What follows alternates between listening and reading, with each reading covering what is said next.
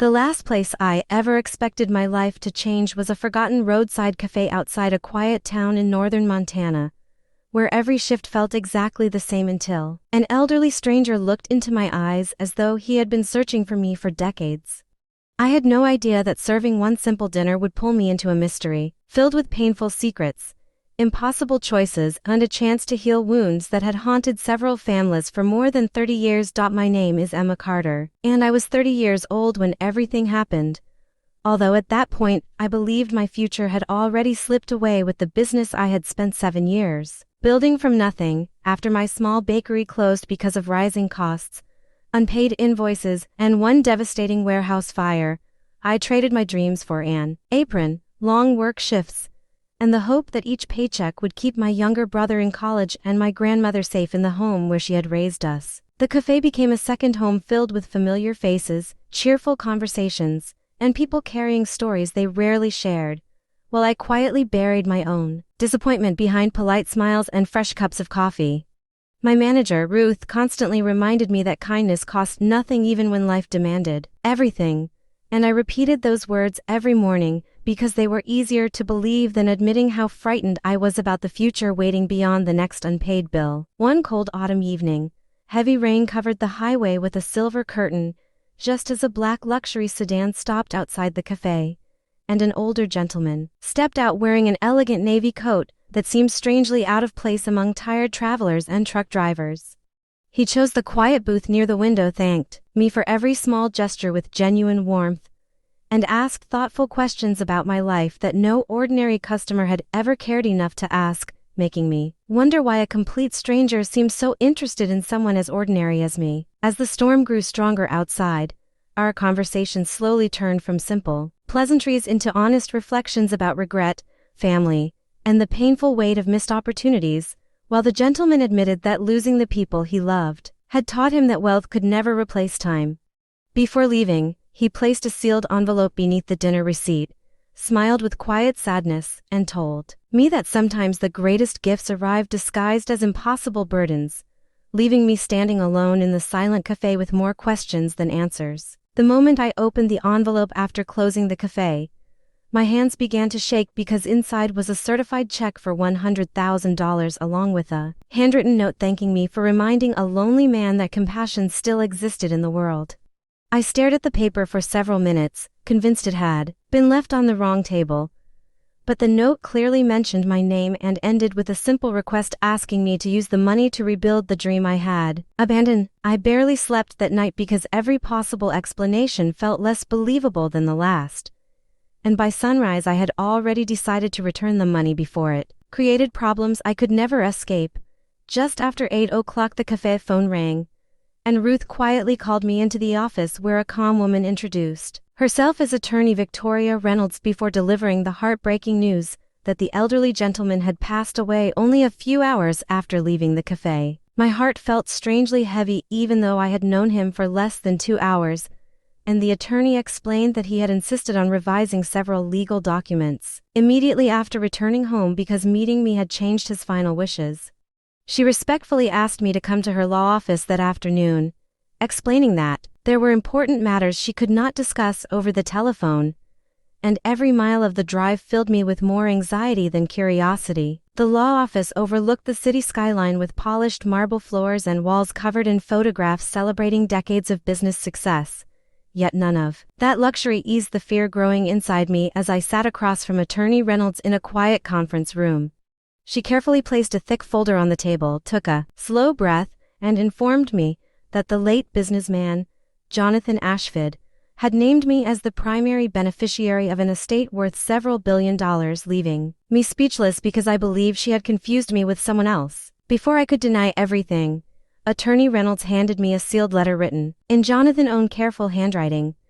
and the first lines explained that this extraordinary inheritance had nothing to do with charity and everything to do with a promise he had failed to keep many years earlier. As I continued reading through blurred eyes, I realized that the stranger I had served dinner the night before knew something about my family that no one had ever dared to tell me. And I suddenly understood that accepting his gift would also mean uncovering a truth capable of changing my entire life forever. When I arrived home that evening, The letter felt heavier than the stack of legal documents resting inside my bag, and I spent nearly an hour staring at the front door before finding the courage to walk inside because I knew the answers waiting there might destroy the peaceful life my family had built. My grandmother, Evelyn, smiled as she prepared dinner, while my older cousin Noah joked about my serious expression,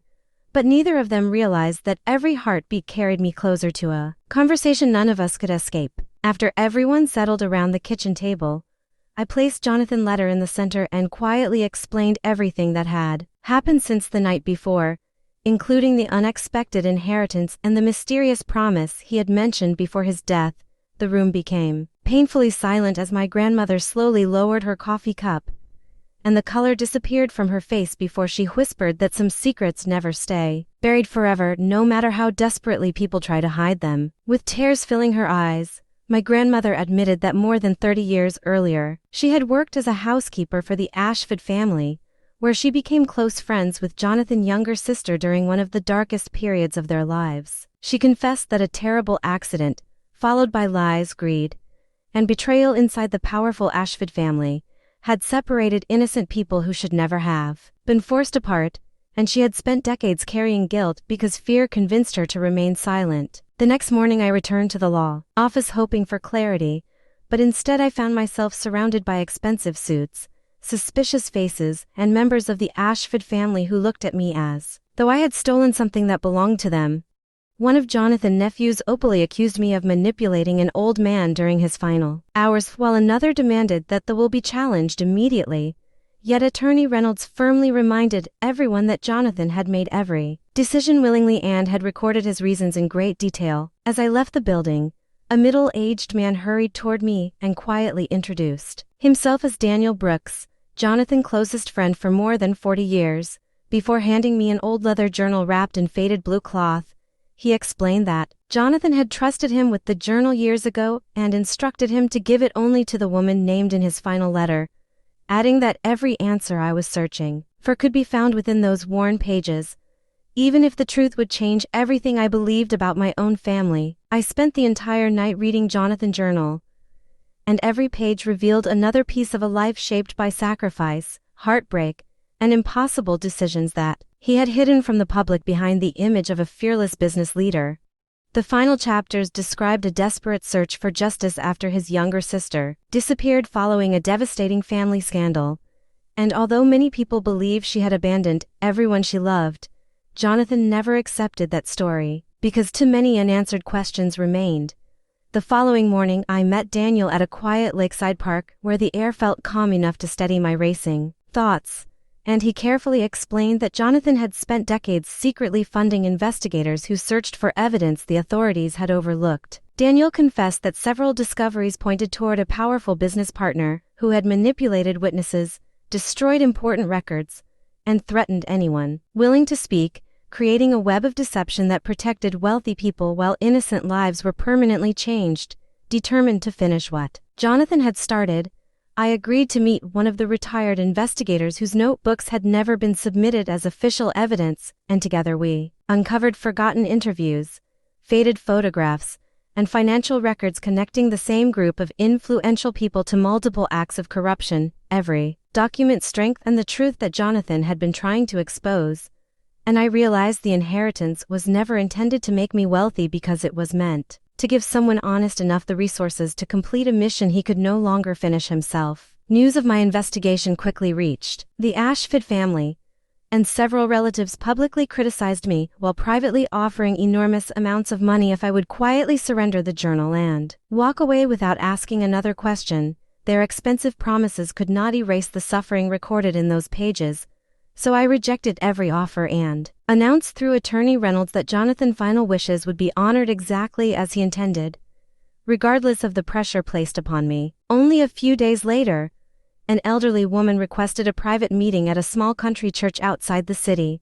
and the moment she introduced herself as Margaret, loss in my heart nearly stopped because Jonathan had mentioned her more than once in his journal. She gently held my trembling hands before revealing that she had protected one extraordinary secret for over 3 decades, and she believed the time had finally come for me to learn the astonishing truth about my parents and the hidden connection that had linked my family to the Ashfords long before I was ever born. Margaret took a slow breath before explaining that my late mother had once saved Jonathan's younger sister during a terrible accident, creating a friendship that survived years of fear even after powerful people forced them apart with lies and intimidation.